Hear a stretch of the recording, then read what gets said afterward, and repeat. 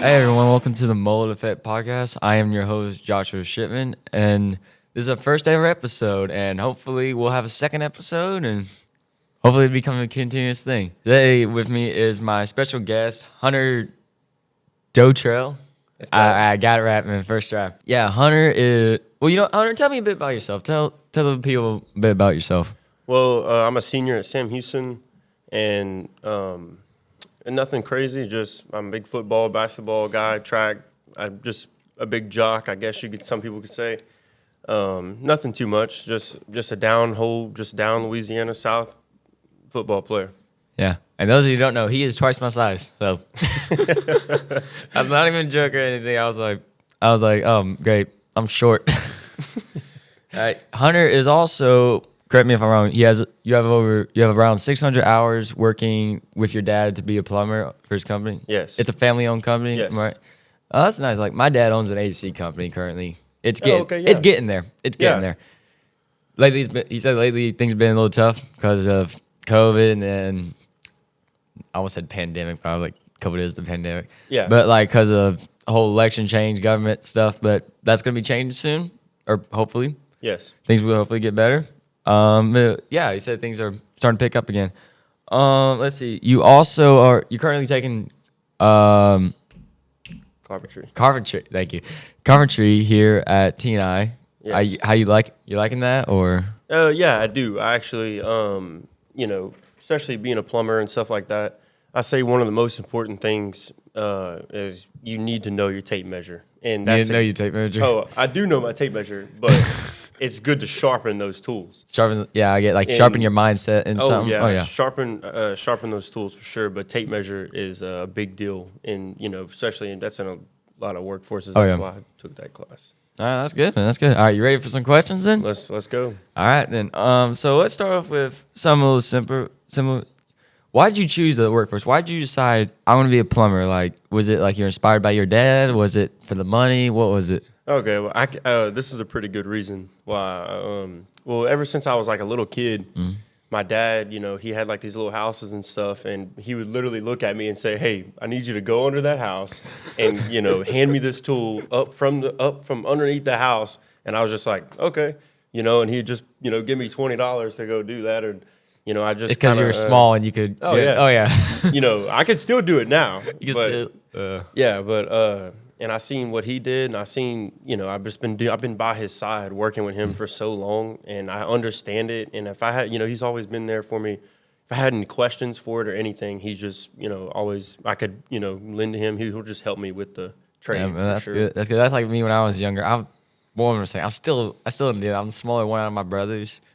I'm taller than all of them height wise, but like smaller, like I'm skinny. But yeah. But I've always been the one like. You're small enough. Fit back there. Crawl back there. Oh, yeah. But now we have my baby brother, Jarrett. He's about, y'all can't see. He's like 4. He's about the height of a 4-year-old. Now we use him to crawl behind things. Oh, yeah. He probably wins hide and seek, huh? Oh, yeah, he does. He can hide. He got stuck one time behind the couch. We had to move the whole couch. He got stuck behind there. For your 600 hours you've been there, what has been like one of the craziest things you've seen or done there? I would say probably some of the craziest we were working at Circle K on a job, and we were busting concrete with a jackhammer, and I saw a wreck happen right out in front of Circle K. Okay. And I was probably like maybe 15, so I thought that was like the coolest thing, Oh my gosh, there's a wreck. Yeah. But besides that, I mean, it's pretty much just straightforward work. Straightforward, yeah. Yeah. You ever had to climb something disgusting to? No, but I've gotten stuff on my hands and my forearm that you don't want on your forearm or your hands. There's a lot of things you don't want on your forearms and all that, man. Yeah. Let's see. Well, this is like one of the last times I worked with my dad over the summer. I don't know if I'm allowed to say this on a podcast, but you know what? I can edit it out, so the heck with it. We were at this house. I think the guy was like flipping it or selling it. I don't know. Mm-hmm. But here's one of the funny things. They just redid the drywall and all that. You can tell because there's dust everywhere and all that. Yeah. They still had furniture in that house, by the way.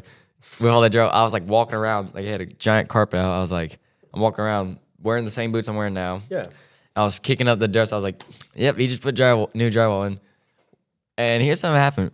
There's like this one area that's just sealed up. I was like, "That's weird," because like it's just like the hallway. It looked almost like you could tell like that's fresh drywall right there. I was like, they just blocked that off.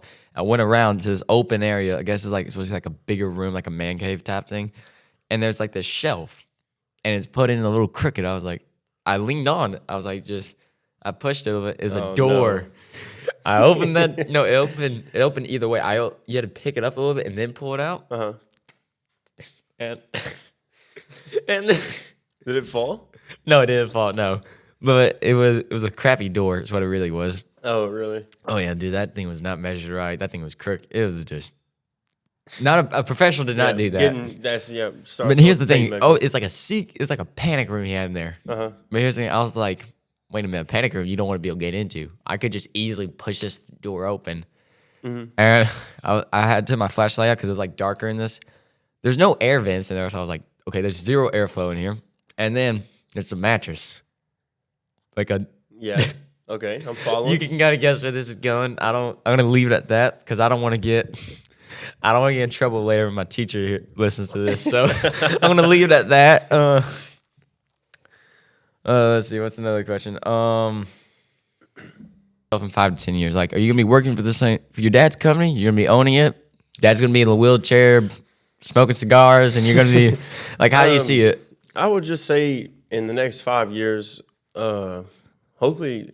You need 8,000 hours. 8,000. Oh wow, that's more hours than I thought. I have about a little over. It's like a little 560 maybe, somewhere around there. Hours, and I would say I'd probably be taking my test to become a plumber.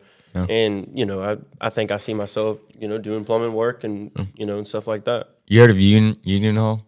Union Hall? Yeah. No, I'm gonna be probably. No, but you know what I'm talking about. You when I say Union Hall. Yeah. Oh, yeah. Okay. Yeah, my papa worked in the Union. How that went for him? Did it go good or? Oh yeah, it went good. I know it all works out in the end. They but have good retirement plans and stuff. Oh, I didn't know about it. But he worked there for the longest time, and then my papa worked for my dad. So it was like just generation after generation. Like a generation thing. Yeah, I got that. Yeah, that's like my dad wanted us to like inherit his company, but like. I guess it's not necessarily that we didn't want to. It's just that we're all going down. Yeah. All those kids are all choosing their own thing. Like paths. My older brother's was a firefighter. Now he's a cop. I don't. Cool. It's a weird switch up. Yeah. It's a weird switch. I was like, whatever, man. You do you. Like I'm gonna be an electrician, which I could still. I guess later on though, I'm like I got to go through my classes and all that. And then like my younger brother Jeremy. I have a lot of brothers, dude. We all start with the letter J. We all start with the letter J too. So like you can never tell us apart. But like, yeah, we're all going through different paths. Really, we're all like, but who knows? We might take over the company one day. You never know. But like how big is y'all's company? How big is it exactly? I wouldn't say it's a big company, but I think it's about 8 or 9 trucks. 8 or 9 trucks? Yeah. I think there's like. Maybe 7 plumbers, and a hand for each plumber. Yeah. It's nothing crazy, but it's something. A small local business. Y'all making money though, right? Oh yeah. Yeah, I see what he brings in and what he does with his money, and and I have a passion for it too, and I being there and working with my dad and stuff. That's one of the coolest things, Oh yeah, that's cool. Man. Yeah, that's like my dad's company's like it's him. His business partner is like 50-50. Well, it's like his business partner. I'm not going to say names because I'm not going to say names. But his business partner gets 50, and my dad gets 25, and then he was remarried. My stepmom gets 25. Like I think it's like a marriage thing. I don't know. I don't know the whole thing about marriage and all that. Then they had one employee guy named. I'm not going to say. I keep wanting to say names. I'm like I can't say names. Nice guy, very fun dude, very fun guy, veteran, very fun guy to hang around with. There was another dude that they ended up firing, just slacker. Oh yeah, you gotta fire. You gotta cut the slackers. You gotta like straighten up or get out. Yeah, man. All right, we're gonna go to a question that Hunter. I had a bit of time to talk to him right before this. Very very good guy compared to most people I know. But he was really excited about this one question. I'm gonna call it the $1 million question because he seemed very excited about it. What is a motto or saying that motivates you? Like for me, this is when I was told growing up. It's not necessarily one that motivates me. You got to stand for something, or you're gonna fall for anything. And then later on, I found out, oh, that's I've a heard song. that. That's a Yeah, song. I've heard that. Oh, the song or the saying? Yeah, both of them. Yeah, it's a good I've song. heard both It's a of good them. song. Yeah. I would play it. I would play it right now if I wouldn't get in trouble. But copyright. But I would say my motto is my dad's always told me, work smarter, not harder. And I would say my motto is I believe in both. I believe working smarter and harder. Yeah, so if you do both, then it's easy, man. Yeah. Yeah, that's like one of my sayings. I almost thought of something I can't say, but like I have a few different sayings for a lot of things. Especially I'm in band. For those of you who don't know, I'm a 6-time musician, and basically one of the sayings I have was this is something I was also told growing up was "shut up and work" was another one. Oh yeah, I guess you can use that as a motto. Yeah, you could. I'm like, it gets your point across. Yeah, shut up and work. Pretty straightforward. Yeah. All right. Anything you want to add to that, man? Anything else? What would be your? Oh, I got one. I got a good question I just came up with. What would be your advice going into anyone joining a blue collar work field, like that kind of middle class work field? What would be a good advice to give them? If I had to give some advice to some younger guys that was coming into the field, I'm young myself. Aren't we all? But I know, when a plumber or somebody's doing something and, if you can watch what they're doing and have the tool ready for them to give to them, I've seen so many guys like plumbers and stuff, like when you're watching what they're doing, they turn around and the tool's right here and you hand the tool to them and, they're just like, wow, okay, this guy's paying attention to what I'm doing. So I would just, if I had to give some advice, it'd definitely be prepared and pay attention to what you're doing and have a purpose. If you understand and have a purpose on why you're there, the guy that has his license will appreciate that a lot. Oh yeah, man. Yeah. Probably one of the best ones next to his $4 million question you wanted here. Why do you think America should take pride in the middle class and like that workforce? Because I know a lot. Well, what do you say? Let's see yours first. I would say for sure, all your blue collar men, your electricians, your carpentries, all the guys. That's your middle class. And without the middle class, I find it very hard. You wouldn't be able to run. So that's the foundation in the it forges America is your middle class. Without your middle class, that's your plumbers, your like I said, your electricians, your guys that construction in general. And that's a very, very important, that's, your blue collar men, your guys that work hard for what they have. And, not saying anybody, just saying in general, your middle class is your blue collar guys and stuff like that. Yeah, did you rehearse that or? No, not at all. Oh, wow, dude, that was very good on the spot. That was very good. Oh, I could never come up with something like that. I could never. No, I was like, when I was little, I was like one of those people that struggle with talking to people. I was like, Oh yeah. My dad was always like one of those type of guys. Like, you look me in the eyes, boy. You look me in the eyes when I'm talking to you. I was always told. That was like one of the things when my dad would say that. I was like, oh crap, I'm about to get my butt whooped or something. Oh yeah. It was like, you look me in the eyes when I'm talking to you. Especially if they say your middle name. Oh yeah, dude. Oh yeah. No, I remember one time he just yelled my middle name, and like I had a friend that was over. His name was the same as my middle name, Lane. He yelled that, and Lane yelled, "Yeah!"